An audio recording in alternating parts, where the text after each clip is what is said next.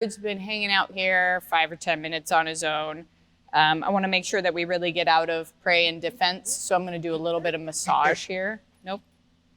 I'm going to do a little bit of massage here, which Blue is pretty used to. Sometimes he enjoys it and relaxes. Sometimes we have to go through some appeasement behaviors for a little while, and then he starts relaxing. It just kind of depends on the anxiety that day. So we're going to just do a little bit of massage here while he's decompressing, just to help further the decompression process. Massage is not petting.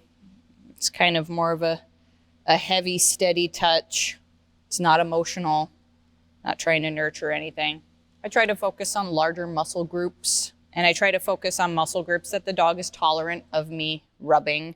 So for instance, when I massage his hips, they kind of get flinchy and he gets kind of real wiggly and whiny about that. That might be something we have to work up to. He tends to let me massage the shoulders a lot better. So I'm going to stick here. We're going to massage neck and shoulders here and really just try to help add to this decompression. And what I do find with Blue, some dogs, they get real mellow while you're doing the massage. Blue tends to relax during it, but not get to the point of fully sleeping and resting.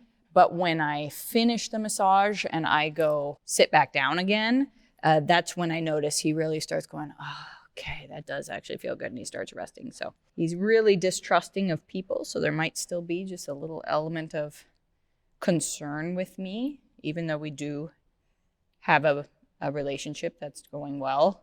There might still be a little concern there. He's only known me a few weeks, but the benefit is kind of carrying through. Such a good dog. Dogs carry lots of tension.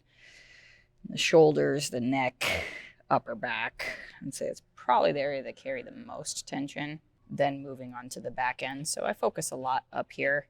Even if I never get to other parts of the body, this will be of benefit. The car just peeled out back there. Outside, squealed its tires. And we got alert Mr. Bluebird. He's at kind of a weird angle on the bed. I wish I could move him, but that probably wouldn't go very well. Maybe we can try it. Let me scoot you down a tiny bit. There, then you can actually rest your head. Then you can rest your head down. That'll help. You don't want to massage too hard. You'll know when it's just right. Sometimes if it's too soft, it can kind of come off as petting. It's not as relaxing. And then if it's too hard, you might be hurting the pup in some areas and you notice that they kind of spark up rather than settling.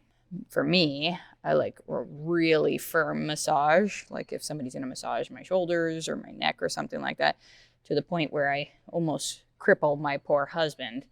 But not everybody is like that, especially dogs that might have some arthritis going on. He's got, like I said, some of those kind of turned in feet, and he's got some extra weight going on. So we might be having some sore joints and such going on. So we don't want to push too hard, but we do want firmer than touch. You don't have to be a master at this. You can see that we're getting more relaxation. You don't have to have a degree in massage or anything like that for this to take benefit. Just pay attention to the cues the dog is giving you. Sometimes you're in the right spot, and sometimes you're in the wrong spot. Sometimes you're too hard, sometimes you're too soft. Sometimes it's too soon in the relationship for a touch or something like that.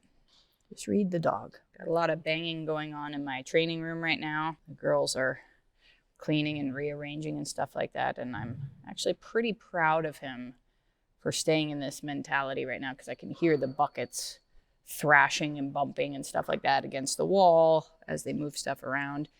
And normally that would be a pretty big trigger for him. So this is really good. And I can see him going through his peaks and valleys where he's kind of up and down, just through his eyes and his breathing and such, but generally pretty good. And I'm not going to stay all day here. Just want to help him get to this spot a little bit where we start getting almost those glassy eyes. I like that. And if you noticed, I really didn't focus on much other than this, right shoulder, right neck area, because this is what's exposed to me. And I know that he gets a little bit more flinchy with that back end. So I'm just going to stay here, focus on this and use it to my advantage. And when I'm all done, I'm gonna let him stay there for a little bit and just enjoy some of that oxytocin and just further kind of fall into that relaxation. That's what I'm looking for.